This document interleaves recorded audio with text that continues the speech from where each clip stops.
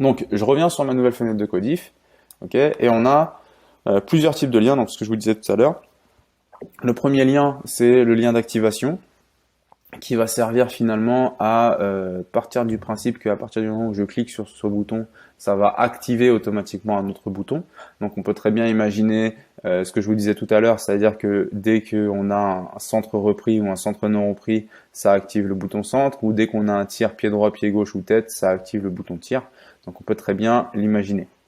Le bouton de désactivation, c'est un bouton qui va automatiquement désactiver l'événement.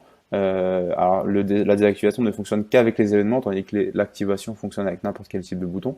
La désactivation va automatiquement arrêter un événement qui est ouvert. Donc par exemple, je sais que s'il y a but ou tir non cadré, ma phase d'attaque va se terminer. Et donc automatiquement, je vais aller créer un lien de désactivation avec mes boutons phase d'attaque, pour que dès que je clique sur le but, j'ai pas besoin de revenir fermer mon événement et je puisse gagner du temps.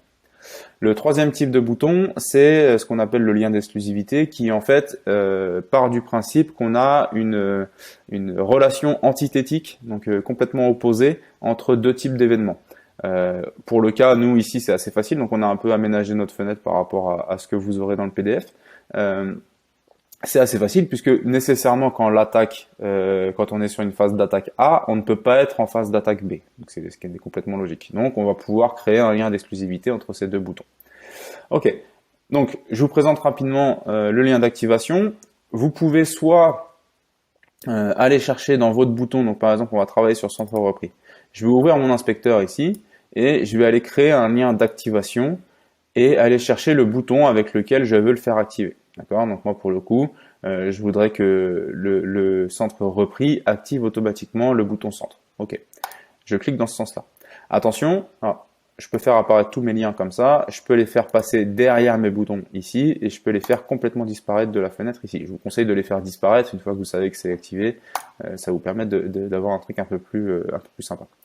Attention, on n'est pas dans la même relation si c'est centre repris qui active centre ou si c'est centre qui active centre repris. Donc il va bien falloir réfléchir à comment vous structurez votre lien d'activation pour gagner du temps.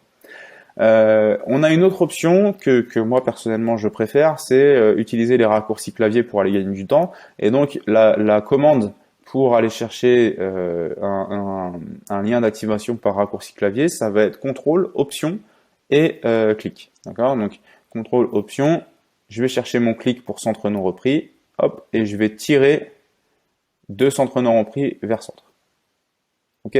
Donc jusqu'ici, normalement, on est plutôt pas mal. Ensuite, je vais faire la même chose pour mes tirs du pied droit, pied gauche et tête pour que ça active tir. Voilà.